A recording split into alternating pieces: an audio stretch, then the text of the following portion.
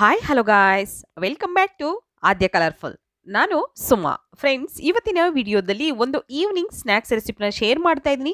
ತುಂಬಾನೇ ಹೆಲ್ತಿ ಆಗಿರುವಂತಹ ಒಂದು ಹೆಸರು ಕಾಳಿನಿಂದ ಒಂದು ಗರಿಗರಿಯಾದ ಸ್ನ್ಯಾಕ್ಸ್ ಮಾಡುವ ವಿಧಾನವನ್ನು ತಿಳಿಸ್ಕೊಡ್ತಾ ಇದ್ದೀನಿ. ಈ ಸ್ನ್ಯಾಕ್ಸ್ ಮಾಡೋದಕ್ಕೆ ಮೊದಲನೇದಾಗಿ ನಾವು ಹೆಸರು ಕಾಳನ್ನು ಸುಮಾರು ಒಂದು 4 ರಿಂದ 5 ಗಂಟೆಗಳ ಕಾಲ ನೆನೆ ಹಾಕಬೇಕಾಗುತ್ತೆ.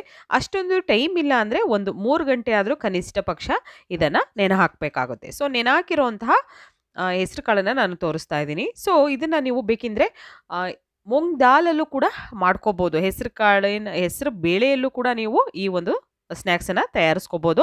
ಬಟ್ ಟೇಸ್ಟು ತುಂಬಾ ಡಿಫ್ರೆನ್ಸ್ ಇರುತ್ತೆ. ಸೊ ಈಗ ನೆನೆಸಿರೋಂತಹ ಹೆಸರು ಕಾಳು 1 ಕಪ್ ಆಗುವಷ್ಟು ತೊಗೊಂಡಿದ್ದೀನಿ. ಸೊ ಇದನ್ನು ಇವಾಗ ನಾವು ಒಂದು ಮಿಕ್ಸಿ ಜಾರಿಗೆ ಹಾಕ್ಕೊಂಡು ನಂತರ ಶುಂಠಿ ಮತ್ತು ಬೆಳ್ಳುಳ್ಳಿನ ಹಾಕ್ಕೊಳ್ತಾ ಇದ್ದೀನಿ. ಸೊ ಫ್ರೆಂಡ್ಸ್, ನೀವ್ಯಾರಾದ್ರೂ ಫಸ್ಟ್ ಟೈಮ್ ನನ್ನ ಚಾನಲ್ಗೆ ವಿಸಿಟ್ ಮಾಡಿದರೆ ಪ್ಲೀಸ್ ನನ್ನ ಚಾನಲ್ನ ಸಬ್ಸ್ಕ್ರೈಬ್ ಮಾಡ್ಕೊಳ್ಳಿ, ಹಾಗೆ ಲೈಕ್ ಮಾಡಿ ಮತ್ತು ಶೇರ್ ಮಾಡಿ ಫ್ರೆಂಡ್ಸ್.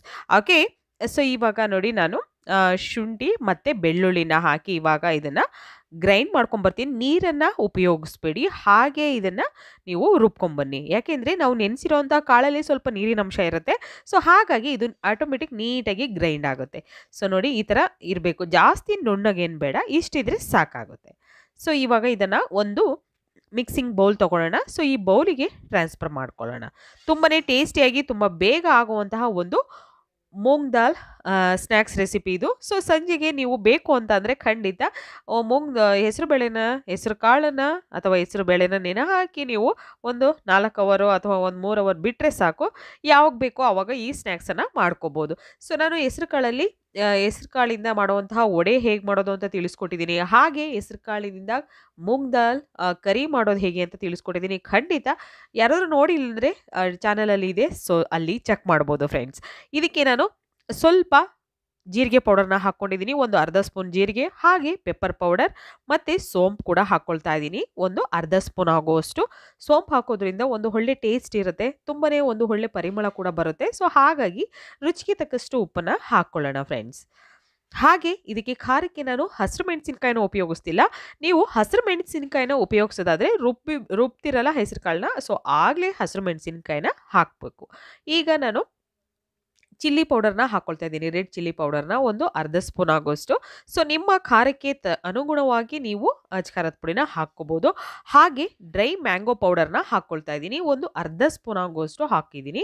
ಹಾಗೆ ಇಲ್ಲಿ ನೋಡಿ, ನಾನು ಆಲೂಗೆಡ್ಡೆನ ತುರಿದು ಒಂದು 2 ಸಲ ಅದನ್ನು ವಾಶ್ ಮಾಡಿ ನಂತರ ನೀರಲ್ಲಿ ಹಾಗೆ ಇಟ್ಕೊಂಡಿದ್ದೆ. ಸೊ ಈಗ ಅದನ್ನು ನಾವು ಈ ಥರ ನೀರನ್ನು ಹಿಂಡಿ ಈ ಬೌಲಿಗೆ ಟ್ರಾನ್ಸ್ಫರ್ ಮಾಡ್ಕೊಳ್ಳೋಣ. 1 ಅಥವಾ 2 ಆಲೂಗೆಡ್ಡೆ ತೊಗೊಂಡ್ರೆ ಸಾಕಾಗುತ್ತೆ. ಸೊ ಇವಾಗ ಎಲ್ಲದನ್ನು ಕೂಡ ಆಲೂಗೆಡ್ಡೆ ನಾನು ನೀರನ್ನು ಹಿಂಡಿ ನಾನು ಈ ಬೌಲಿಗೆ ಟ್ರಾನ್ಸ್ಫರ್ ಮಾಡ್ಕೋತಾ ಇದ್ದೀನಿ. ಹಾಗೆ ಒಂದು ಈರುಳ್ಳಿನ ಕೂಡ ನಾನು ಕಟ್ ಮಾಡಿ ಸಣ್ಣದಾಗಿ ಕಟ್ ಮಾಡಿರೋವಂಥ ಈರುಳ್ಳಿ ಒಂದು ತೊಗೊಂಡಿದ್ದೀನಿ, ಮೀಡಿಯಮ್ ಸೈಜಲ್ಲಿರೋವಂಥದ್ದನ್ನು, ಅದನ್ನು ಕೂಡ ಹಾಕ್ಕೊಂಡಿದ್ದೀನಿ. ಇವಾಗ ಬೇಕು ಅಂದರೆ ಹೀಗೆ ಕೂಡ ಕಟ್ ಮಾಡಿ ಹಸಿರು ಮೆಣಸಿನ್ಕಾಯಿನ ಹಾಕ್ಬೋದು, ಬಟ್ ಮಕ್ಕಳಿಗೆ ಅದು ತಿನ್ನಬೇಕಾದ್ರೆ ಸಿಗುತ್ತೆ. ಸೊ ನೀವು ಗ್ರೈಂಡ್ ಮಾಡಬೇಕಾದ್ರೇ ಹಸಿರು ಮೆಣಸಿನ್ಕಾಯಿನ ಉಪಯೋಗಿಸಿ, ಪರವಾಗಿಲ್ಲ. ಹಾಗೆ ಕೊತ್ತಂಬರಿ ಸೊಪ್ಪನ್ನು ಸ್ವಲ್ಪ ಹಾಕ್ಕೊಳ್ತಾ ಇದ್ದೀನಿ, ಒಂದು 2 ಟೇಬಲ್ ಸ್ಪೂನ್ ಆಗೋಷ್ಟು. ಮತ್ತು ನಾನಿಲ್ಲಿ ಸಬ್ಸಿಗೆ ಸೊಪ್ಪನ್ನು ತೊಗೊಳ್ತಾ ಇದ್ದೀನಿ.